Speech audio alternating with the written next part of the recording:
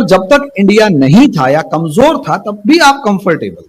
आज प्रॉब्लम आपके साथ ये आ रही है कि इंडिया ताकतवर हो चुका है, और इतना ताकतवर हो चुका है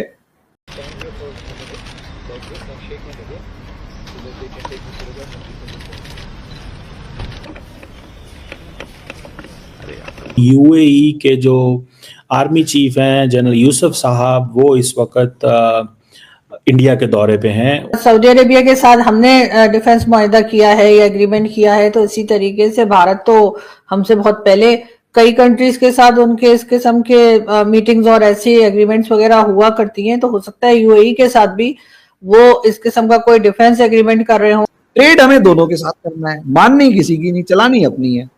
असलियत में आप जो दुख फील कर रहे हैं वो यही फील कर रही हैं। मोदी का शैतानी मंसूबा यह है कि मशरकी बॉर्डर पे जिस वक्त वो इजरायली ताउन से वार करे तो ऐन उसी वक्त मगरबी बॉर्डर पे अफगान तालिबान यलगार कर दे, और इसी दौरान टीटीपी और बीएलए की तरबियत याफ्ता दहशतगर्द अंदर से हमले शुरू कर दें। और कतर भी एक दोगली पॉलिसी चला रहा है कि वो तालिबान को कमजोर नहीं पड़ने देना चाहते। उनके पास पैसा है लेकिन उनके पास स्पाइन नहीं है। गल्फ कंट्रीज में ऐसा कुछ नहीं होता, वो टोटली बिजनेस को लेके चलते हैं, और अगर उन्हें भारत से कोई फायदा होगा, भारत उनके लिए कोई फायदेमंद होगा, तो वो हरगिज ये नहीं देखेंगे कि उन्होंने कितनी हमारे यहाँ कितनी एयरबेसेस उड़ा दी हैं या कितने लोगों को उन्होंने टारगेट किया है।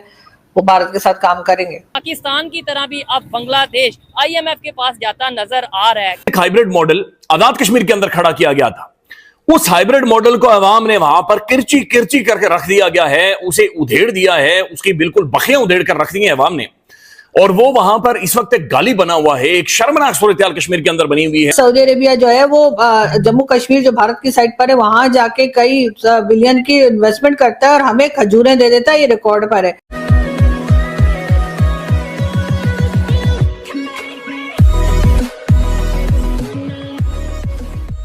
नमस्कार दोस्तों, अब यहाँ पर बात हो रही है इंडिया और यूएई के रिलेशन के बारे में कि सिचुएशन ये है दोनों के बीच में कि रिलेशन बढ़ते जा रहे हैं।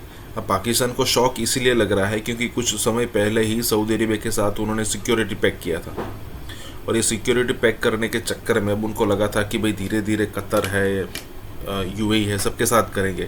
लेकिन यहाँ पर चीज़ उल्टी हो गई और यूएई के साथ इंडिया के रिलेशन मजबूत होना, मतलब ऑलरेडी मजबूत थे, लेकिन यहाँ पर मिलिट्री वाइज मजबूत होना शुरू हो गए। पिछले दिनों अगर आपको याद हो तो ऑपरेशन सिंदूर के बाद एक आध महीने के बाद ये न्यूज़ आई थी कि आकाश डिफेंस सिस्टम जो है वो हो सकता है कि भाई यूएई परचेज़ करे। अब देखिए, दूसरी चीज़ यहाँ पर ये भी है कि अफगानिस्तान की बॉर्डर पर भी लगाने की बात चल रही है आकाश एयर डिफेंस सिस्टम, और यूएई भी परचेज़ कर रहा है। चीज़ ये है कि पाकिस्तान जिस हिसाब से कुछ दिनों पहले सोच रहा था कि हम ऐसी कुछ चीज़ें करेंगे, वो सारी उल्टी पड़ती हुई दिख रही है, और सऊदी को भी अब ट्रस्ट नहीं रहा। वो सिक्योरिटी पैक्ट पाकिस्तान के साथ तो किया है उसने, लेकिन अब ऐसा लग रहा है कि यूएस के साथ भी करने की सोच रहा है, क्योंकि उनको पता है कि भाई उतना कोई रिलेशन, मतलब उतना ये पाकिस्तान उनको सेव नहीं कर पाएगा। इसी के साथ ही वीडियो शुरू करते हैं। और हाँ दोस्तों, हो सके तो सुपर थैंक्स के ज़रिए हमें सहायता भी ज़रूर करें। यूएई के जो आर्मी चीफ हैं जनरल यूसुफ साहब, वो इस वक्त इंडिया के दौरे पे हैं, और उनकी Indian army chief general Upendra Dwivedi के साथ जो है वो मुलाकात हुई है, और बहुत सारी बातें डिस्कस हो रही हैं। लेकिन एक चीज़ बड़ी इम्पोर्टेंट है, वो क्या है? वो ये है कि वो कह रहे हैं कि हमने ऑपरेशन सिंदूर के बारे में यूएई के जनरल को बताया। सवाल ये पैदा होता है कि हमारे तो ब्रदरली इस्लामी कंट्री हैं, तो ये क्यों ऑपरेशन सिंदूर के बारे में सुनते हैं, या क्या ये इनका मौक़िफ़ है?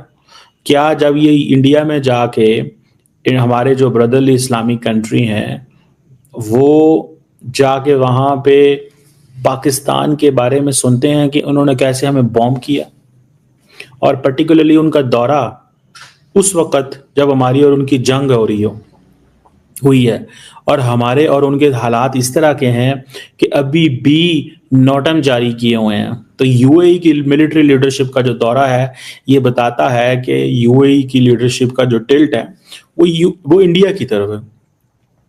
मतलब I can understand that is obviously वो इंडिया का अपना एक और यूएई का अपना एक सॉवरन राइट है, वो जो मर्जी करें।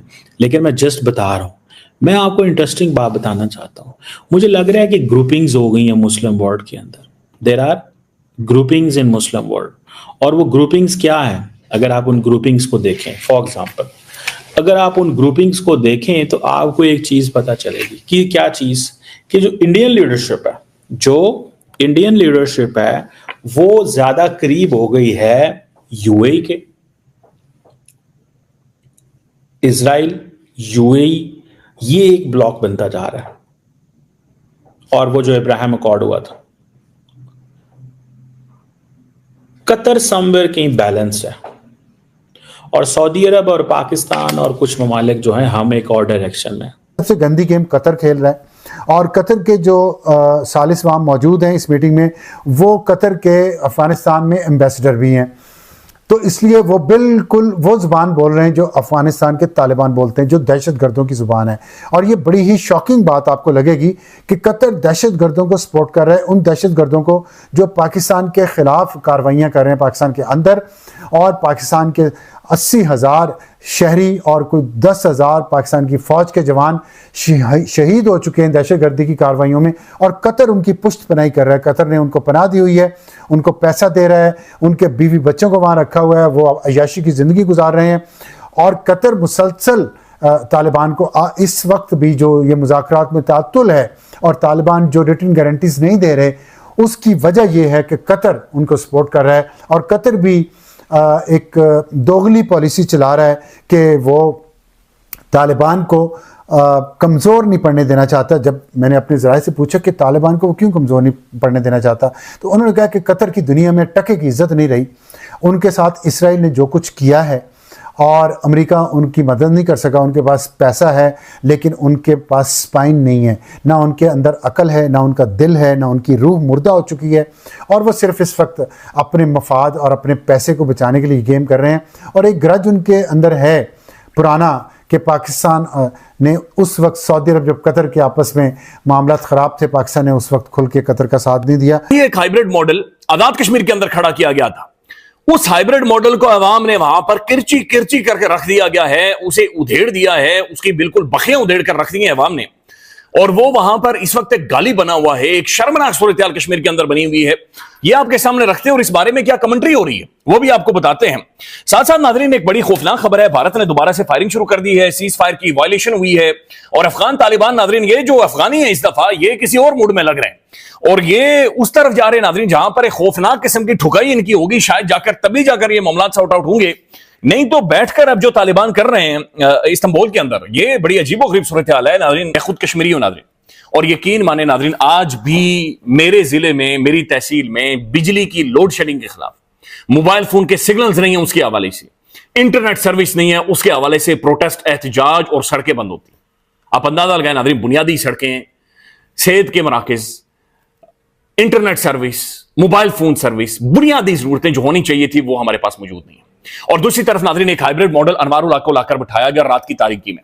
आजाद कश्मीर की जो मुंतखब गवर्नमेंटें थी उन्हें गिराया गया, उन्हें न्यूट्रलाइज किया गया और अनवारुल हक को रात के 2 बजे नाज़रीन 48 वोट लाकर बिठाया गया। उसने लंबी चौड़ी काबीना बना दी 36 लोगों की, और आज वो उसके लिए अजाब बनी हुई। आज prime minister being prime minister कुर्सी पर बैठना उसके लिए शर्मनाक, एम्बैरेसिंग बना हुआ है, एम्बैरेसिंग। लिहाजा कश्मीर के अंदर नाज़रीन अवाम ने 3 डेमोन्स्ट्रेशन करके धक्का देकर वहां का जो हाइब्रिड सिस्टम था नाज़रीन उसे गिरा दिया है। अगले चंद घंटों में या कल या परसों आप देखेंगे आजाद कश्मीर के अंदर पीपल्स पार्टी गवर्नमेंट बनाने जा रही है। ये चले अलग ही एक बहस है कि जिस तरीके से एक जरदारी मंडी लगाकर खरीदो फरोख्त की जा रही है और आजाद कश्मीर के जो पॉलिटिशियंस हैं बिकने के लिए नाज़रीन वो इस्लामाबाद के अंदर आकर खड़े हो गए, लाइनों में लगे हुए हैं, लाइनों में लगे हुए हैं और हाथ खड़े करके कह रहे हैं मुझे भी खरीदो, मुझे भी खरीदो, मुझे भी खरीदो। ये बिक रहे हैं। इसके ऊपर बातचीत करेंगे कि जो जिस तरीके से ये मंडियां लग रही हैं कश्मीर के हवाले से, लेकिन दूसरी तरफ नाज़रीन जो हाइब्रिड मॉडल था, अनवार गवर्नमेंट का हाइब्रिड मॉडल था, उसे अवामी एक्शन कमेटी वहां के लोगों ने, अवाम ने धकेल कर बाहर कर दिया, धकेल कर उसे दरियाबुर्द कर दिया, धकेल कर उसे तारीख की खाई के अंदर फेंक दिया। तारीख की खाई के, वो ताकतवर तरीन बंदा था नाज़रीन, ताकतवर तरीन, ताकत उसके सामने सलाम ठोकती थी, कोलैप्स कर गया।